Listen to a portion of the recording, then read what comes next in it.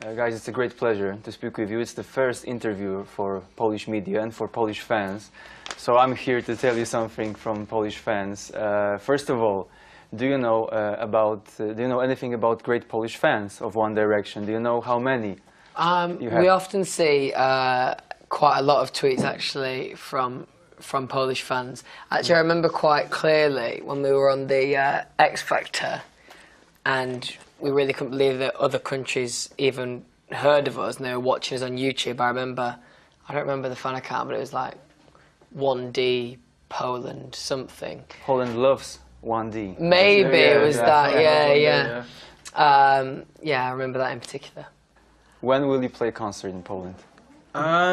We're not actually sure of our dates yet, but we definitely have plans to come to Poland at some point over the next year. So that'll be cool. Do you know anything about my country? Do you know anything about, for example, Then they have a decent football team. Oh, it was 1-1. Pretty decent, yeah. We could even win with England. It would be something great. How would you advertise your new album? Shortly. Here is One Direction's brand new album, Take Me Home, which is very similar to the first one, but it's got a different name and has different songs with different lyrics. And is it better than the first one? And it's better than the first one. There we go. Okay, I think fans will definitely buy this album. Yeah. And tell me... That advert's now going to be on in Poland. So, and do you think that this new album will bring some new fans to One Direction? Hopefully, yeah, because like Louis said, that we didn't really try to make it too different in terms of the way it sounded, but we did try to get involved with the writing side of things, and we just wanted to make sure that the lyrics were a lot more relevant to us this time, and that we were heavily involved with the writing side of things. So we got like 5 tracks that we wrote on this album. So hopefully people that appreciate songwriting will appreciate the fact that we've wrote 5 songs on it, and hopefully that we get some new fans maybe. Oh yeah, that's really nice. And all over the world there's some kind of One Direction mania, and some compare this one to Beatlemania. What do you think about being compared to the Beatles? It's almost quite intimidating, that comparison, because obviously the Beatles were huge. Some might say the best band ever.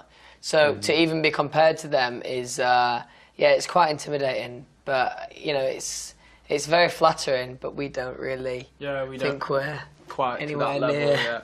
Level, And this success, this mania, is really huge. And do you sometimes stop and think, "Oh my God, what the hell is going on around us? This is really crazy." Do you have such? Yeah, we get them moments all the time.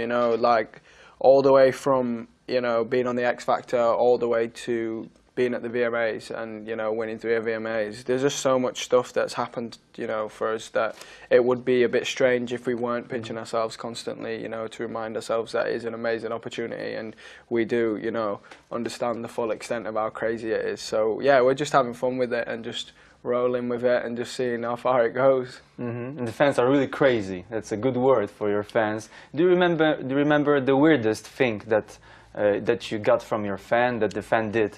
We prefer the term passionate. Passionate. Yeah. So what was the most passionate thing from a fan? Well, we always say the same answer, but I can't think of anything quite as extreme, crazy passionate.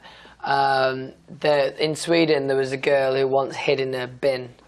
A dustbin to, I don't know, she was trying to surprise us? Or? No, the bin was meant to be around the back of the studio where we were recording.